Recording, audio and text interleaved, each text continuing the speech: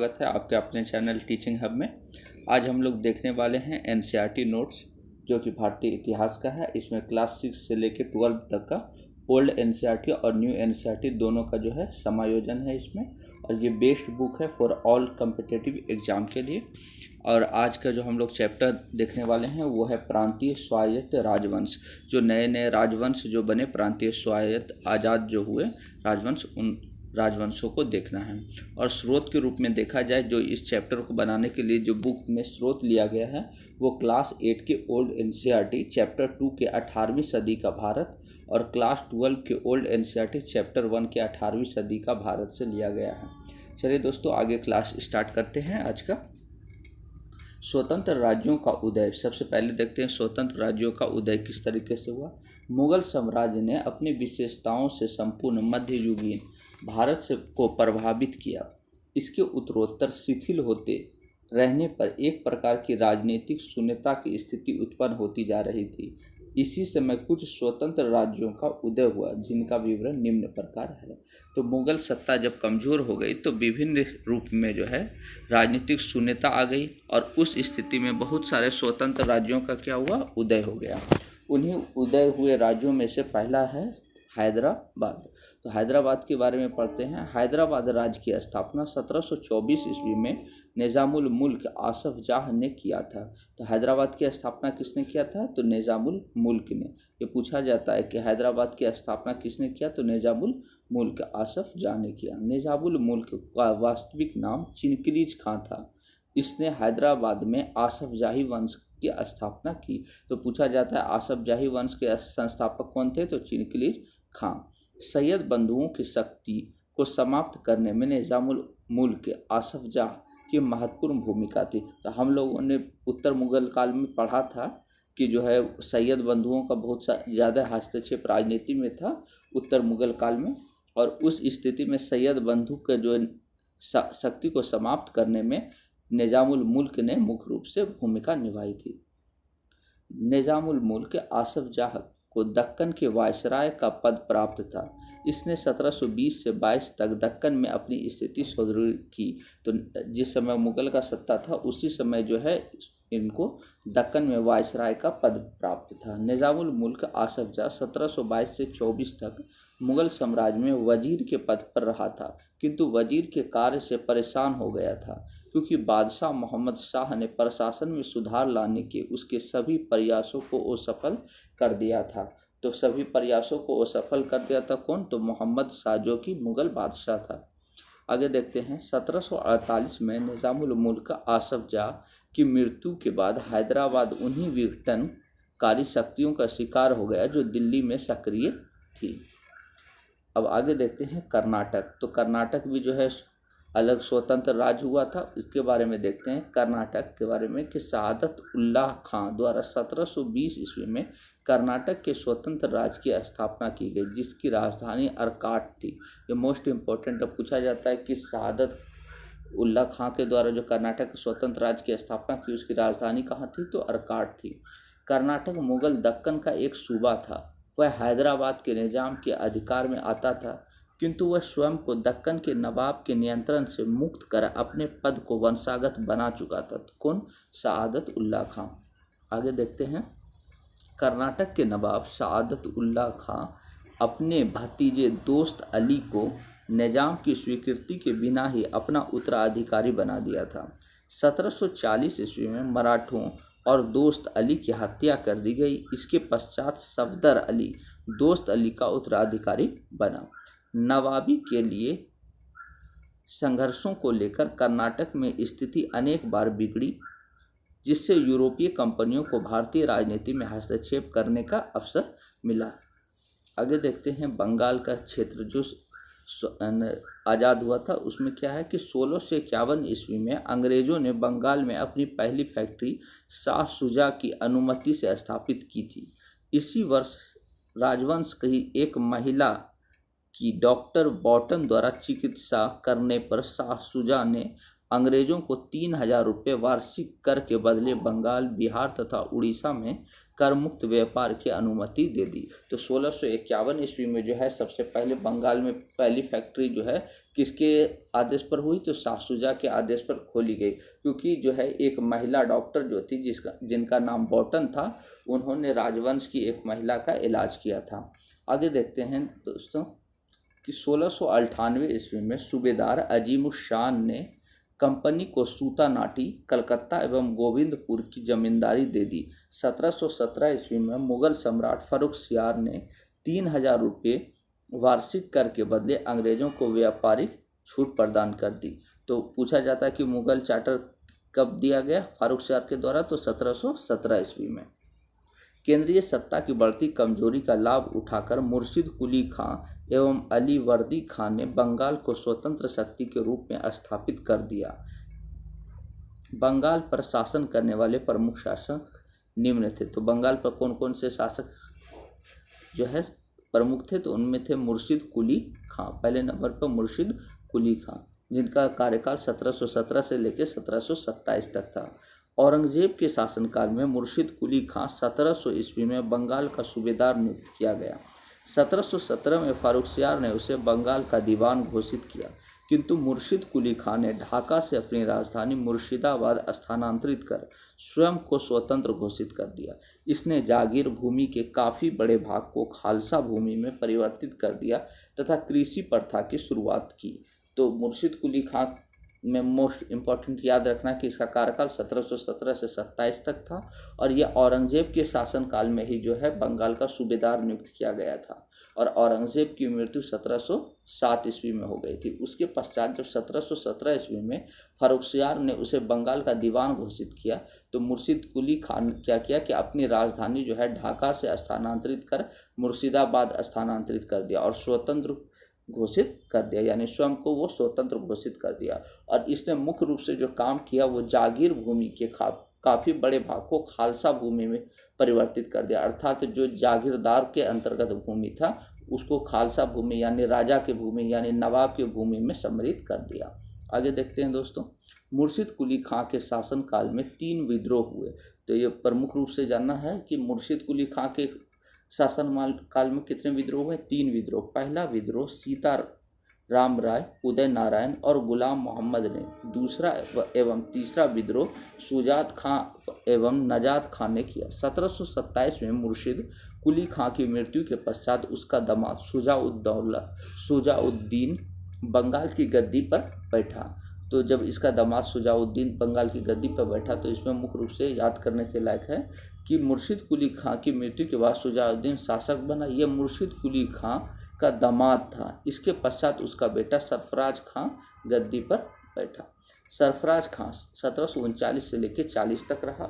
इसने आलमुद्दौला हैदर जंग की उपाधि ग्रहण कर शासन आरंभ किया, किंतु इसका कार्यकाल सिर्फ 1 वर्ष तक ही रहा। तो पूछा जाता है कि सरफराज खां जो है कौन सी उपाधि ग्रहण किया था, तो आलमुद्दौला हैदर जंग, आलमुद्दौला हैदर जंग। आगे देखते हैं दोस्तों, अलीवर्दी खां 1739 ईस्वी में अलीवर्दी खां सरफराज खां को गद्दी से हटाकर स्वयं बंगाल का नवाब बन गया। इसके समय बंगाल पर मराठों ने रघुनाथ राव के नेतृत्व में 5 बार आक्रमण किया था।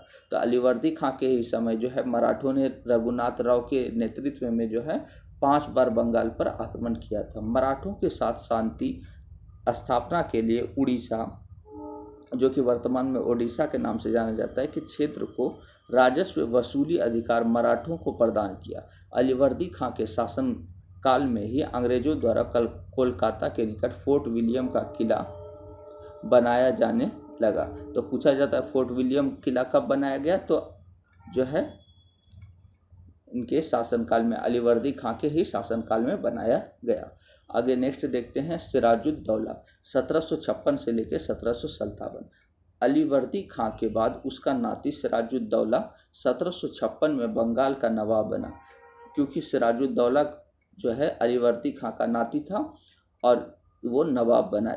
इसके नवाब बनने पर उसके परिवार के सदस्यों के बीच ही षड्यंत्र और झगड़े शुरू हो गए। यानी सिराजुद्दौला का जो मौसी था वो भी जो है इसमें षड्यंत्र में शामिल हो गई। इन साजिशों ने अंग्रेज कंपनी को बंगाल की राजनीति में हस्तक्षेप करने का अवसर दिया तथा अंग्रेजों ने कलकत्ता फोर्ट विलियम की किलेबंदी का विस्तार आरंभ कर दिया। अंग्रेज कंपनी नवाब की किसी बात पर ध्यान दिए बिना अपनी मनमानी करती रही। कंपनी ने अपने किलेबंदी तथा मुक्त व्यापार नीति जारी रखी। नवाब ने क्रुद्ध होकर कासिम बाजार की अंग्रेज फैक्ट्री पर अधिकार कर लिया तथा 20 जून 1756 में को कलकत्ता पर भी अधिकार कर लिया। और इसी 20 जून को ब्लैक होल घटना हुई। ये मोस्ट इम्पॉर्टेंट है, पूछा जाता है कि ब्लैक होल की घटना किसके शासनकाल में हुई। तो ब्लैक होल की घटना जो है किसके शासनकाल में हुई, तो सिराजुद्दौला के शासन काल में हुई। सिराजुद्दौला के शासनकाल में हुई। और कब हुई, तो 20 जून 1756 ईस्वी को हुई। ब्लैक होल की घटना कब हुई, तो 20 जून 1756 ईस्वी में हुई। और किसके शासनकाल में हुई, तो सिराजुद्दौला के शासनकाल में। एक अंग्रेज अधिकारी जे जेड हॉलवेल के अनुसार नवाब ने 20 जून की रात में 146 अंग्रेज बंदियों को 18 फुट लंबी और 14 फुट 10 इंच फुट चौड़ी कोठरी में बंद कर दिया। अगले दिन हॉलवेल सहित 23 व्यक्ति जीवित बचे। इतिहास में इस घटना को ब्लैक होल त्रासदी के नाम से जाना जाता है। तो मुख्य रूप से याद रखना, ब्लैक होल की घटना कब हुई, तो 20 जून 1756 ईस्वी में हुई। आगे देखते हैं दोस्तों, प्लासी का युद्ध। तो प्लासी का युद्ध जो है 1757 ईस्वी में हुआ। अंग्रेज और सिराजुद्दौला के मध्य प्लासी का युद्ध 23 जून 1757 ईस्वी को हुआ। तो प्लासी का युद्ध याद रखना है मुख्य रूप से कि 23 जून 1757 को हुआ। इस युद्ध में मीर जाफर तथा उसके सहयोगियों ने भाग नहीं लिया। इस प्रकार प्लासी के युद्ध में नवाब की पराजय हुई। तो प्लासी के युद्ध में जो सिराजुद्दौला था उसका जो मुख्य सेनापति था मीर जाफर, उसने जो है इस युद्ध में भाग ही नहीं लिया और धोखा दे दिया सिराजुद्दौला के, जिसके वजह से जो है प्लासी के युद्ध में सिराजुद्दौला की हार हुई। इस युद्ध में मीर मर्दान और मोहनलाल ने नवाब का साथ दिया तथा नवाब को पकड़ लिया गया। मीर जाफर के बेटे मीरन ने नवाब की हत्या कर दी। इस युद्ध में अंग्रेजी सेना का नेतृत्व रॉबर्ट क्लाइव तथा सिराजुद्दौला की सेना का नेतृत्व मीर जाफर तथा राजा दुर्लभ राय ने किया था। तो मुख्य रूप से जो है सिराजुद्दौला की सेना का नेतृत्व मीर जाफर किया था, जबकि ये क्या किया, लड़ा ही नहीं। इसके वजह से जो है प्लासी के युद्ध में सिराजुद्दौला की हार हुई। लेकिन मुख्य रूप से पूछा जाता है कि सिराजुद्दौला के साथ किसने दिया था, तो मीर मर्दान और मोहनलाल ने, इन दोनों व्यक्तियों ने मुख्य रूप से सिराजुद्दौला का साथ दिया प्लासी के युद्ध में और दोनों जो है शहीद हो गए। आगे देखते हैं दोस्तों, युद्ध में मीर जाफर की गलत रणनीतियों के कारण सिराजुद्दौला युद्ध भूमि में मारा गया। इस युद्ध ने भारत का राजनीतिक स्वरूप ही बदल दिया। उसके बाद मीर जाफर 1757 से लेकर 60 तक गद्दी पर बैठा। अंग्रेजों ने मीर जाफर को बंगाल का नवाब घोषित किया। बदले में कंपनी को बंगाल, बिहार, उड़ीसा में मुक्त व्यापार का अधिकार मिल गया तथा कलकत्ता के समीप 24 परगने की जमींदारी भी प्राप्त हो गई। किसे, तो अंग्रेज लोगों को। आगे देखते हैं, कलकत्ता पर आक्रमण के हर्जाने के रूप में मीर जाफर ने कंपनी को और नगर के व्यापारियों को 1,77,00,000 रुपये दिए तथा साथ ही अधिकारियों को रिश्वत भी दी गई। प्लासी के युद्ध के उपरांत भारत में ब्रिटिश सत्ता की स्थापना की शुरुआत हुई और नवाब उसकी कठपुतली बन गया। यद्यपि मीर जाफर ने कंपनी की सहायता से ही गद्दी प्राप्त की थी, किंतु वह पश्चाताप करने लगा क्योंकि कंपनी की उपहार और रिश्वत संबंधी मांगों से उसका खजाना खाली होने लगा था। तो मीर जाफर ने तो धोखा दिया था सिराजुद्दौला को, लेकिन अंग्रेज जब इसके साथ आए तो अंग्रेज को उपहार के रूप में अंग्रेजों को खुश करने के लिए 1,77,00,000 रुपया दे दिया। उसके बाद बहुत सारे क्षेत्र का जागीर दे दिया। इस तरीके से जो है इसका खजाना मीर जाफर का खाली होने लगा और बाद में जो है इसे पश्चाताप हुआ। आगे देखते हैं, मीर कासिम 1760 से 63। अब कंपनी ने अक्टूबर 1760 में मीर जाफर के स्थान पर उसके दामाद मीर कासिम को बंगाल का नवाब नियुक्त किया। मीर कासिम ने नवाब बनते ही कंपनी को वर्धमान, मिदनापुर और चटगांव जिलों की जमींदारी सौंप दी। मीर कासिम एक योग्य, कुशल और शक्तिशाली शासक था। वह बंगाल में अंग्रेजों के लिए एक खतरा बन गया। मीर कासिम ने यह महसूस किया कि स्वतंत्रता बनाए रखने हेतु धन और कुशल सेना की आवश्यकता है। अतः उसने राजस्व प्रशासन से भ्रष्टाचार समाप्त कर यूरोपीय आधार पर एक आधुनिक एवं अनुशासित सेना का गठन का प्रयास किया। इसके साथ ही 1717 ईस्वी में नवाब के शाही फरमान का कंपनी के नौकरों द्वारा दुरुपयोग रोकने का प्रयास कर रहा था, जबकि इन नौकरों की मांग थी कि उनका माल चाहे आयात के लिए हो या निर्यात के लिए उस पर कोई चुंगी अर्थात कर ना लगाए जाए। आगे देखते हैं दोस्तों, नवाब ने भारतीय व्यापारियों एवं सौदागरों के हितों के लिए अनेक कार्य किए तथा चुंगी वसूली समाप्त कर दी जो पहले भारतीय व्यापारियों को देनी होती थी। इस प्रकार अंग्रेज भारतीय व्यापारियों एवं अंग्रेज व्यापारियों को व्यापार में समानता का अधिकार देने को तैयार नहीं थे। इन्होंने भारतीय व्यापारियों पर पुनः कर लगाए जाने की मांग की। मीर कासिम की इन्हीं नीतियों के कारण कंपनी ने उसे हटाने का निर्णय लिया। तो क्या हुआ कि जब मीर कासिम को बनाया गया तो मीर कासिम जो है थोड़ा होशियार किस्म का था शासक। उसने क्या किया, एक अपनी सेना का गठन किया जो कि जो है बेहतर ढंग का अनुशासित और आधुनिक सेना का गठन किया। और इसके साथ साथ ही जो है जो अंग्रेज़ों को छूट प्राप्त थी अंग्रेज व्यापारियों को, वही सेम छूट जो है भारतीय व्यापारियों को भी उसने देने का काम किया, जो कि अंग्रेज लोगों को यह पसंद नहीं आया। और अंत में इन्हीं नीति के कारण जो है मीर कासिम को जो है गद्दी से उतार दिया गया। आगे देखते हैं दोस्तों, बक्सर का युद्ध। 1763 ईस्वी में जो लड़ाई हुई उसमें मीर कासिम की सेना पराजित हो गई तथा नवाब को बंगाल और बिहार से पलायन करना पड़ा। पराजित होने के पश्चात मीर कासिम ने अवध के नवाब शुजा-उद-दौला तथा तत्कालीन मुगल शासक शाह आलम द्वितीय के साथ एक समझौता किया। तो पूछा जाता है कि बक्सर के युद्ध में जो है कौन कौन जो है मीर कासिम ने किसके किसके साथ समझौता किया, तो अवध के नवाब शुजा-उद-दौला और तत्कालीन मुगल शासक उस समय शाह आलम द्वितीय थे, उनके साथ समझौता किया। 22 अक्टूबर 1764 ईस्वी को बक्सर के युद्ध में इन तीनों सहयोगियों को कंपनी की सेना के हाथों पराजित होना पड़ा। तो एक तरफ क्या था बक्सर के युद्ध में कि एक तरफ मीर कासिम, शुजा-उद-दौला और शाह आलम द्वितीय की तीनों की सम्मिलित सेना थी, और दूसरी तरफ सिर्फ अंग्रेज़ों की सेना थी जो कि हेक्टर मुनरो के नेतृत्व में लड़ रही थी। उसके पश्चात भी जो है अंग्रेजी सेना जीती और जबकि इनकी सेना जो है पराजित हो गई। आगे देखते हैं दोस्तों, यह युद्ध भारतीय इतिहास के सबसे निर्णायक युद्धों में से एक था, क्योंकि इसने दो बड़ी भारतीय शक्तियों की संयुक्त सेना पर अंग्रेजी सेना की श्रेष्ठता सिद्ध कर दी। क्योंकि उस समय जो सर्वश्रेष्ठ सेना के रूप में भारत में मानी जाती थी वो अवध की सेना और मुगल की सेना मानी जाती थी, और उन दोनों की सेनाओं को जो है एक ही युद्ध में हराने का काम अंग्रेज़ों ने किया, जो कि निर्णायक युद्ध साबित हुआ। इस युद्ध ने अंग्रेज़ों को बंगाल, बिहार और उड़ीसा का निर्विवाद शासक बना दिया। आगे देखते हैं दोस्तों, नजमुद्दौला 1765 ईस्वी में यह गद्दी पर बैठा। 1763 ईस्वी में अंग्रेजों ने मीर जाफर को पुनः नवाब बना दिया तथा कंपनी और उसके अधिकारियों के लिए बड़ी रकमें ली गई। मीर जाफर की मृत्यु के पश्चात उसके दूसरे पुत्र नजमुद्दौला को गद्दी पर बैठाया गया। तो सबसे पहले मीर जाफर को ही गद्दी पर बैठाया गया था सिराजुद्दौला के बाद, फिर उसके बाद मीर जाफर को हटाकर उसका दामाद मीर कासिम को बैठाया गया। मीर कासिम को बैठाया गया और मीर कासिम को फिर उतारकर मीर जाफर को ही गद्दी पर बैठा दिया गया।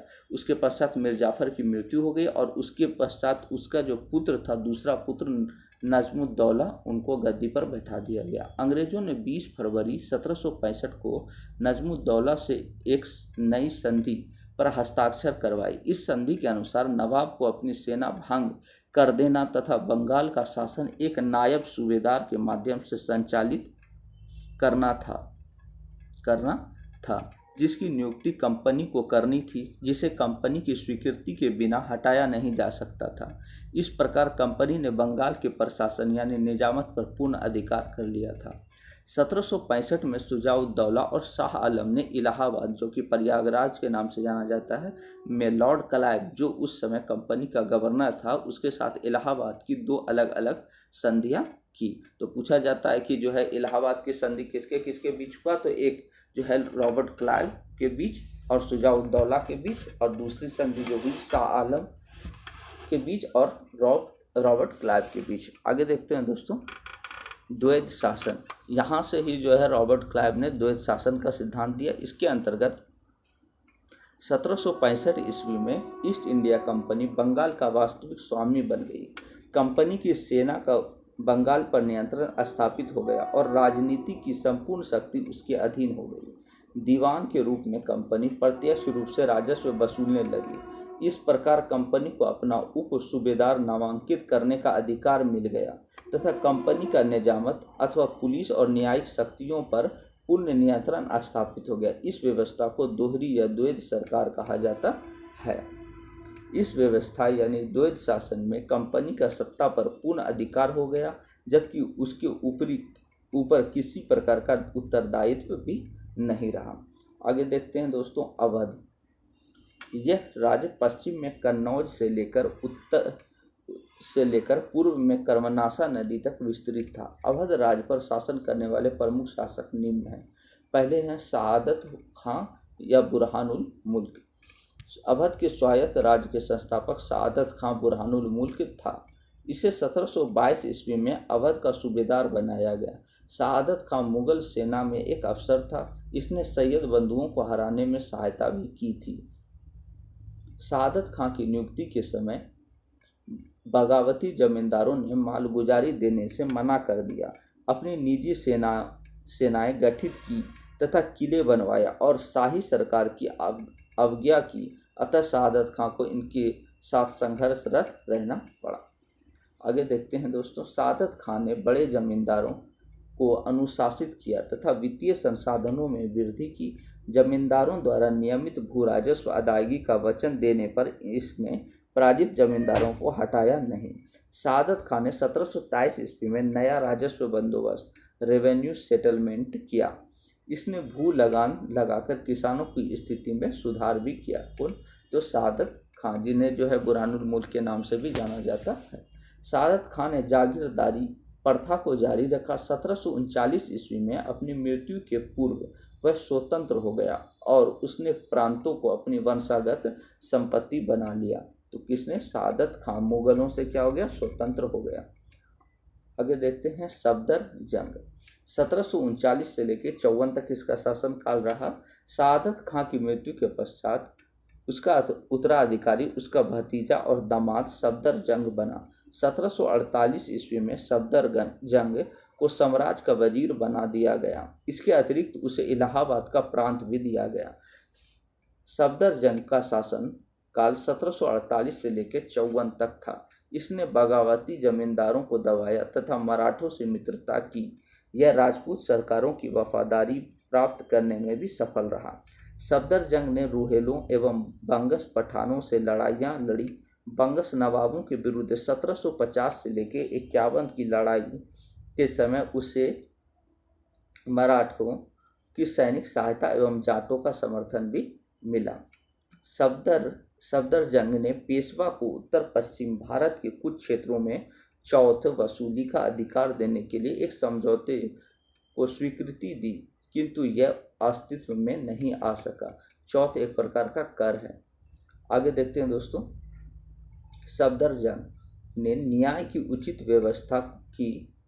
इसने नौकरियां देने में हिंदू तथा मुसलमानों के मध्य भेदभाव नहीं किया। इसकी सरकार में सबसे उच्च पद पर एक हिंदू नवाब राय आसीन था। 1753 में बादशाह ने सफदर जंग को वजीर के पद से बर्खास्त कर दिया और 1754 में इसकी मृत्यु हो गई। और इसके बाद जो है अवध का नवाब कौन बना? तो शुजा-उद-दौला। सफदर जंग की मृत्यु के पश्चात उसका पुत्र शुजा-उद-दौला उसका उत्तराधिकारी बना। पानीपत के तृतीय युद्ध में शुजा-उद-दौला ने अहमद शाह अब्दाली का साथ दिया था। शुजा-उद-दौला ने बंगाल के नवाब मीर कासिम तथा मुगल सम्राट शाह आलम द्वितीय के साथ मिलकर बक्सर के युद्ध लड़ा, किंतु वह पराजित हुआ। तो पूछा जाता है कि बक्सर के युद्ध के बाद कौन सी संधि हुई? तो इलाहाबाद की संधि हुई थी। पूछा जाता है कि शुजा-उद-दौला जो है पानीपत के तृतीय युद्ध में जो है अहमद शाह अब्दाली का साथ किसने दिया था? तो शुजा-उद-दौला ने दिया था। पूछा जाता है कि अवध के कौन से नवाब ने अहमद शाह अब्दाली का साथ दिया था? तो शुजा-उद-दौला ने दिया था। नेक्स्ट देखते हैं, वाजिद अली शाह। 1847 से लेकर 56 तक इनका कार्यकाल रहा। यह अवध के अंतिम नवाब था। इसी के शासनकाल में लॉर्ड डलहौजी ने 1854 ईस्वी में अंग्रेज अधिकारी और ट्रम की रिपोर्ट के आधार पर कुशासन का आरोप लगाकर 1856 में अवध का अंग्रेजी सरकार में विलय कर लिया। आगे देखते हैं दोस्तों मैसूर के बारे में देखते हैं। दक्षिण भारत में हैदराबाद के समीप हैदर अली के अधीन मैसूर की महत्वपूर्ण सत्ता का उदय हुआ। विजयनगर साम्राज्य के अंत होने के समय से ही मैसूर ने अपनी कमजोर स्वायत्त बनाई रखी। तो विजयनगर और बहमनी साम्राज्य के बीच जो युद्ध हुआ तो छोटे छोटे कई राजवंश बने और उन्हीं राजवंश में जो है मैसूर का भी क्षेत्र का राजवंश था। आगे देखते हैं दोस्तों, 18वीं सदी के आरंभ में नंजराज जो कि सर्वाधिकारी और देवराज जो कि दुलवई नामक दो मंत्रियों ने मैसूर की शक्ति अपने अधीन कर ली थी। मैसूर के तत्कालीन शासक चिक्का कृष्ण राज मात्र एक कठपुतली शासक बनकर रह गया था। मैसूर पर शासन करने वाले प्रमुख शासक निम्न हैं। तो मुख्य रूप से जो है चिक्का कृष्ण राज जो था वो वहाँ मैसूर का शासक था, परंतु उनके दो मंत्री नंजराज और देवराज जो है इन दोनों ने मिलकर कठपुतली के रूप में चिक्का कृष्ण राज को एक शासक के रूप में रखा था। और फिर उसके बाद देखते हैं दोस्तों कि हैदर अली का जो शासनकाल आया।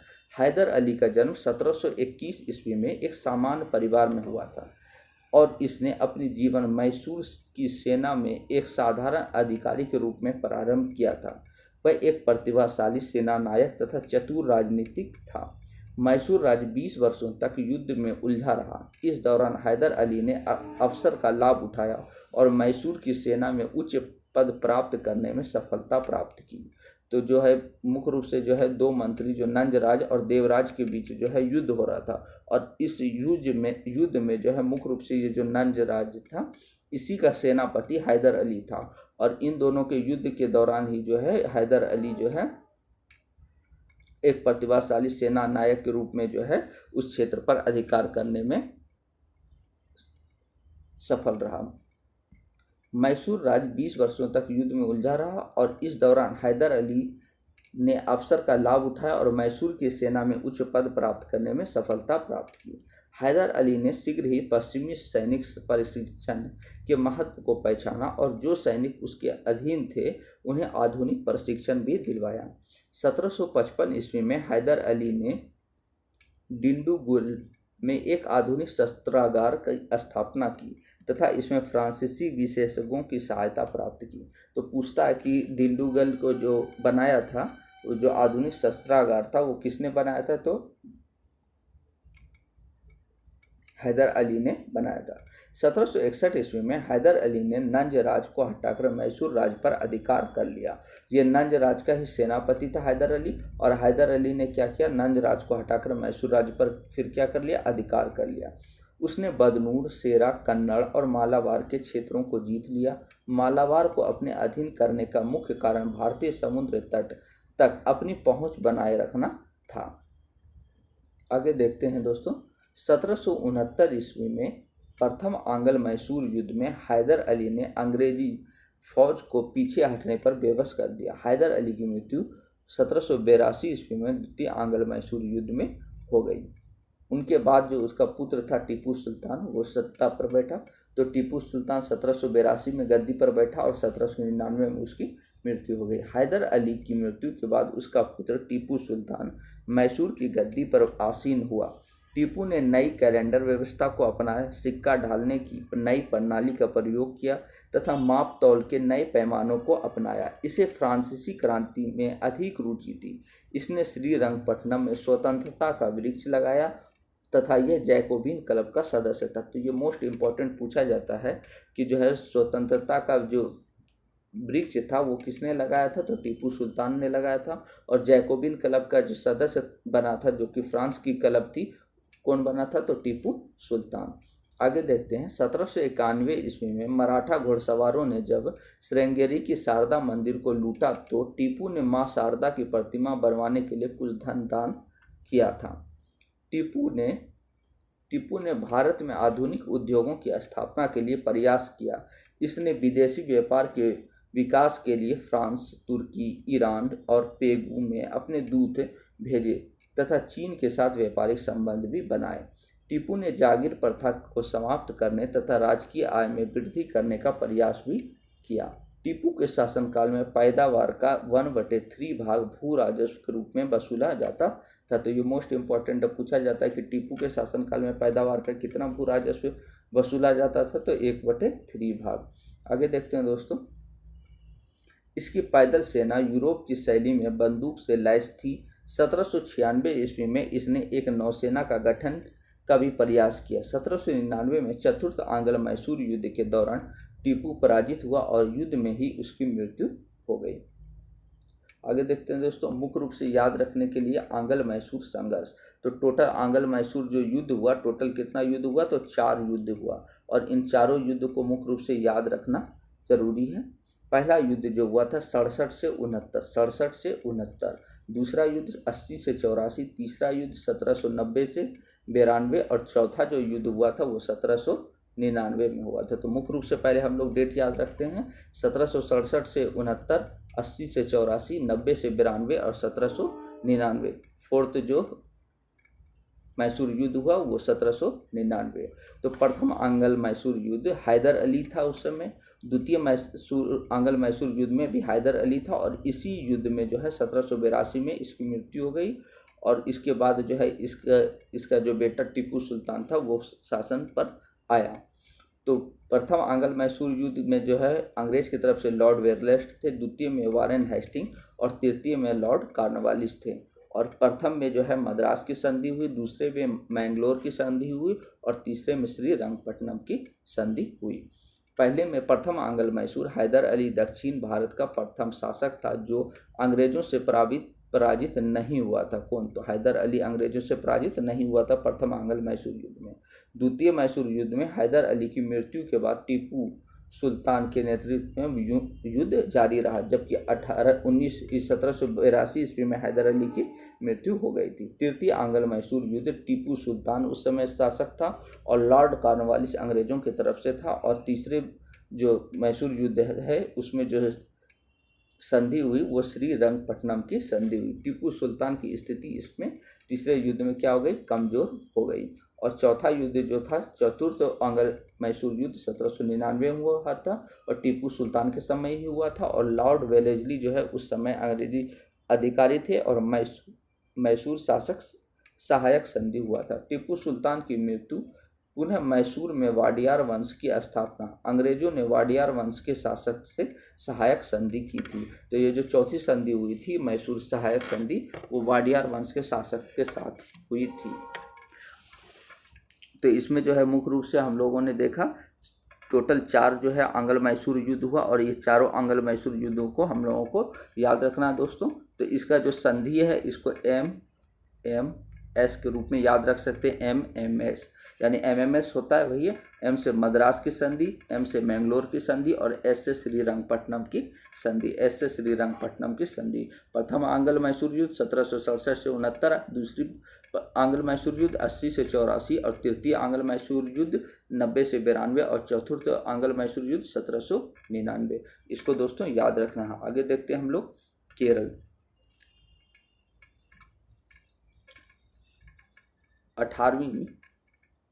18वीं सदी में केरल बहुत बड़ी संख्या में सामंत सरदारों एवं राजाओं में बटा हुआ था, जिसमें कालीकट, चिरक्कल, कोचीन और त्रावणकोर प्रमुख थे। त्रावणकोर राज्य को 1729 ईस्वी के बाद 18वीं सदी के एक अग्रणी राजनेता मार्तंड वर्मा के नेतृत्व में प्रमुखता मिली थी। मार्तंड वर्मा ने क्यूलोन और इलायादाम को जीत लिया और तथा डचों को पराजित किया। इसने यूरोपीय अफसरों की सहायता से पश्चिम मॉडल के आधार पर एक फौज का गठन किया। 18वीं सदी के उत्तरार्ध में त्रावणकोर की राजधानी त्रिवेंद्रम, अब तिरुअनंतपुरम के नाम से जाना जाता है, संस्कृत विद्या का एक प्रसिद्ध केंद्र बन गया था। मार्तंड वर्मा का उत्तराधिकारी राम वर्मा था, जो एक प्रसिद्ध कवि, विद्वान, संगीतक, अभिनेता तथा सुसंस्कृत व्यक्ति था। आगे देखते हैं राजपूत राज्य। प्रमुख राजपूत राज्यों में मुगल सत्ता की बढ़ती हुई कमजोरी का लाभ उठाकर स्वयं को केंद्रीय नियंत्रण से स्वतंत्र कर लिया। 18वीं सदी का सबसे श्रेष्ठ राजपूत शासक आमेर का शासक सवाई जय सिंह, जो कि 1681 से लेकर 1743 तक रहे, यह एक विख्यात राजनेता, कानूनविद, समाज सुधारक और विज्ञान प्रेमी था। जय सिंह ने 1733 ईस्वी में जयपुर शहर की स्थापना की, उसे विज्ञान और कला का प्रसिद्ध केंद्र बनाया। जय सिंह एक महान खगोल शास्त्री भी थे। उन्होंने देश के 5 शहरों दिल्ली, जयपुर, उज्जैन, वाराणसी, मथुरा में पर्यवेक्षणशालाओं अर्थात जंतर मंतर का निर्माण कराया। तो मुख्य रूप से ये मोस्ट इम्पोर्टेंट है, पूछा जाता है कि कितने शहरों में जो है खगोल शास्त्री जो जय सिंह थे वो जंतर मंतर की स्थापना किए थे। तो टोटल 5 शहरों में, और वो 5 शहर कौन कौन से हैं? तो दिल्ली, जयपुर, उज्जैन, वाराणसी और मथुरा। दिल्ली, जयपुर, उज्जैन, वाराणसी और मथुरा। आगे देखते हैं दोस्तों, जय सिंह ने सारणियों का एक सेट तैयार करवाया जिससे लोगों को खगोल शास्त्र संबंधी पर्यवेक्षण करने में सहायता मिले। इसका नाम जीज मोहम्मद शाही था। जीज मोहम्मद शाही था। जय सिंह ने यूक्लिड की रेखा गणित के तत्व तथा त्रिकोणमिति के अनेक कृतियां और लघु गणकों को बनाने और उनके प्रयोग संबंधी नेपियर की रचना का संस्कृत में अनुवाद भी किया था। किसने? तो जय सिंह ने। जय सिंह ने जयपुर पर 1699 से लेकर 1773 तक शासन किया था। आगे देखते हैं, जाट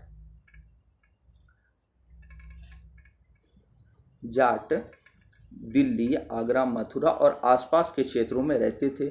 मथुरा के आसपास के जाट किसानों ने 1669 ईस्वी में और इसके पश्चात 1688 ईस्वी में अपने जाट जमींदारों के नेतृत्व में विद्रोह किया। जाट विद्रोह जमींदारों के नेतृत्व में मूलतः एक कृषक विद्रोह था, किंतु यह लूटमार तक सीमित हो गया।